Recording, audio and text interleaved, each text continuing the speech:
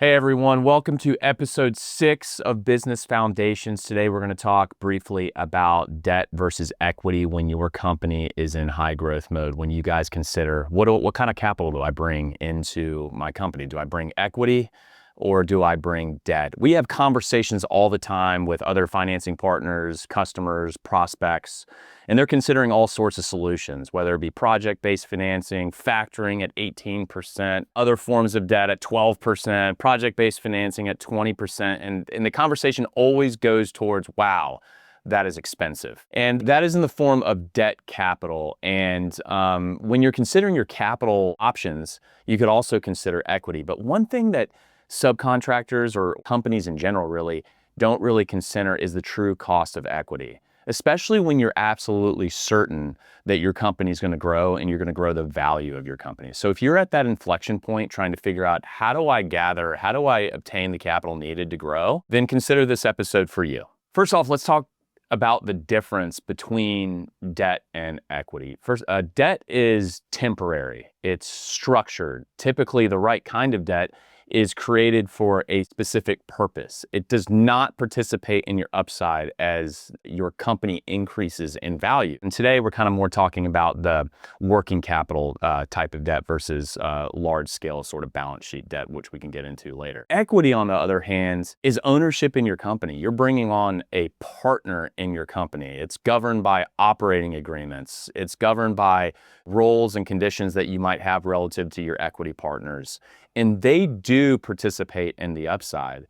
So you've got to be very careful and very thoughtful on, do I just need money and I'll take it from anyone? Or if you're raising equity, is it for true strategic purposes? So in summary on that particular subject matter, debt is temporary, does not participate in the upside, it's structured, and equity does participate in your upside, and you're bringing on a new partner into your company. So let's talk a little bit about an example of the real cost of equity, right? So let's say today you have a specialty trade contracting company that you own, and let's say it has an enterprise value of $10 million, right? So in order to grow that company, enterprise value, by the way, I just mean the value of your company. If you were to sell that company today, the general market price for that company would be $10 million. So if you needed growth capital to grow that company and you chose to work with an equity partner, let's say you need $3 million, for example, to help grow your company, and you need it for working capital, cost of goods sold, to get new contracts, to work on larger jobs. To make math simple, they are taking 30% of your company. So the value of their equity now is valued at $3 million. So let's say that $10 million company that you own, that it has an enterprise value of $10 million, grows to $50 million, for example, over the course of 5 or 6 years. Now that 30% stake in your company is worth $15 million. So you took on, if you were to sell it today, for example, that $50 million enterprise value, that's $50 million. So 30% of $50 million is $15 million. So what you've effectively done is allowed the equity partner to enjoy the benefits of the growth in value to your company. So you got $3 million from your balance sheet, you used it to help grow your company, and now that $3 million is worth $15 million. So your effective cost is $12 million, right? Because they're enjoying an upside, especially if they're a silent partner, for example, and they just provided you capital. They're enjoying a lot of benefit to your company for really not participating as much in the day-to-day operations as an alternative equity investor would that would be active, or maybe a debt provider that would not be taking an upside. So let me run down an example for you considering a company in year one. So let's say it's January 1st, you're looking to provide an equity partner into your business. And let's say last year you did $20 million in revenue and you did $4 million in EBITDA. Let's just take a market multiple with regard to valuation of 4 times. So that's a value of a company that's $16 million, right? But in order to get to your goal, which is $40 million over the next 2 years, you have to bring on some sort of equity and you need more working capital. So a company that would come in and provide, for example, $4 million for working capital, right, into your company at a $16 million valuation today, you'd be giving up $25 of your business. So the value of your partner's equity on today is $4 million. So let's say 2 years from now, right? You grow your company to $40 million. And let's say your EBITDA now is $9 million.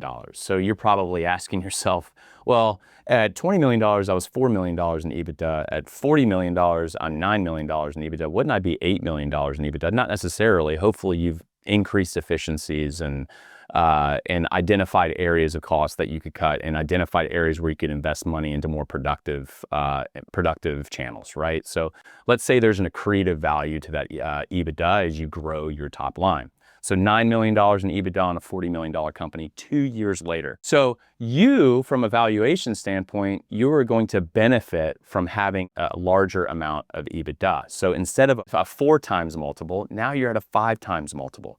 So now your company's worth, let's say, at $45 million. And let's say you decide to sell that company. Okay, well, you gave up 25% of your business 2 years ago in the form of equity capital, which then was valued at $4 million. Now 25% of that $45 million valued company that you built is worth $11.25 million. So effectively, you've given up $7.25 million. That's pretty expensive. When an alternative could be working with a bank. Yeah, that's the lowest cost of capital, but banks don't typically work with companies in that scaling mode, doubling in size over 2 years. They're certainly a nice tool, but they're not the primary tool. And let's suppose you worked with a company like us or an ABL or a Factor. That's higher cost for sure, but they can take care essentially of all your cost of goods sold. So over 2 years, at higher debt costs, right? Let's say that costs you $500,000 to $600,000 in year 1, and then in year 2, you grew a little bit more. That costs you another $600,000 or $700,000. So let's call it $500,000 plus $700,000 in financing costs. That's $1.2, $1.3 million that it costs you to have a revolver to essentially take care of all your cost of goods sold, right? Now, on the surface, you're like, wow, that's expensive. Well, compare $1.25 million to $7.25 million. What if you scaled even more? What if you got a more favorable multiple on your valuation? What if you became more efficient and your EBITDA increased and you became a more lean company, but increased revenue and increased earnings? So that's kind of what I'm trying to, I know I simplified it, but that's what I'm trying to illustrate here is the capital that you raise in the form of equity has to be strategic. They should add incremental value to your company. If you need to raise equity just for the purposes of working capital, that becomes incredibly expensive. If you extrapolate it over time, and if you consider the fact that you have faith in yourself that I know if I have the capital available, I know I can double the size of my company. The question is when you're looking at debt, and I'm not saying that only debt, don't look at equity. That's not what I'm saying, right? What I'm saying is when you look at the debt cost and you say that's incredibly expensive, the better question really is, okay, how much funding can I get out of this particular facility? How much pain and relief can this provide me? And how much more confidence can this give me in order to scale my company?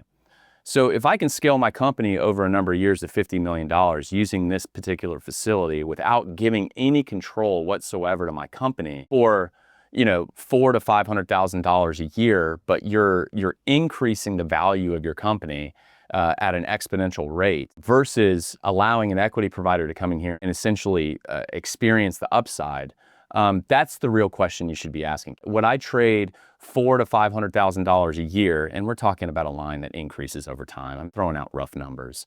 Am I willing to trade that for $15 million and essentially given up to an equity sponsor? Now, all that said, there is incredible benefit in bringing on equity. It has to be smart equity. It has to be structured equity. And in your case, in most cases, equity that can provide intrinsic value to your company. Does this equity provider, are they operationally more attuned to your industry and can provide incremental value to your company? Can they open you up into new markets? Can they open doors to new general contractors or owners? Is that equity being used strategically for acquisitions? Are you now a platform for your concrete company or an HVAC company or an electrical contractor? And that capital's being used to buy bolt-ons to get into new markets faster and increase your EBITDA and increase efficiencies. That's when you should definitely consider using equity. But if you want to own, if your goal is to own 100% of your company and you don't want to give up control of your company and you don't want to, add cooks in the kitchen with regard to ownership, when you see capital out there in the form of debt and on the surface, it seems expensive. The only thing I'm saying is look at the total funding that is needed to get you to your growth goals, extrapolate that over time, add it all up, and then consider what the valuation is today and what you would be giving up in equity in raising that capital today, and what that equity would be worth in the event that you grew substantially and wanted to sell your company. So particularly here, I always tell our customers or our clients or prospects, we're really an alternative to equity. We are growth capital without taking control of your business. Hope all that made sense for you guys. I know there were a lot of numbers thrown out there. Reach out to me. I can talk about this all day long. If you have any questions, go to our website. This is me signing off.